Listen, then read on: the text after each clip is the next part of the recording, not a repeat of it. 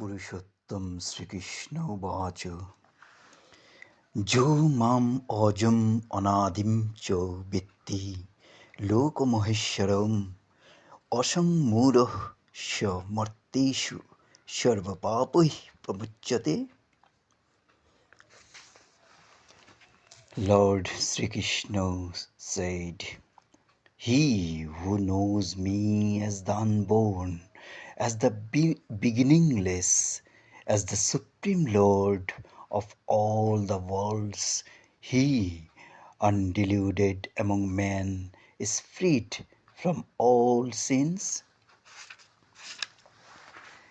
Purushottam Sri Krishna Uvacha बुद्धिर्ज्ञानं संमः क्षमा सत्यं दमः शमः सुखं दुःखं भवः भावो भयं च भवम् एव च अहिंसा समता तुष्टिस्तपो दानं यशः यशः भवन्ति भावा भूतानां मत्तो एव पृथक् विधः.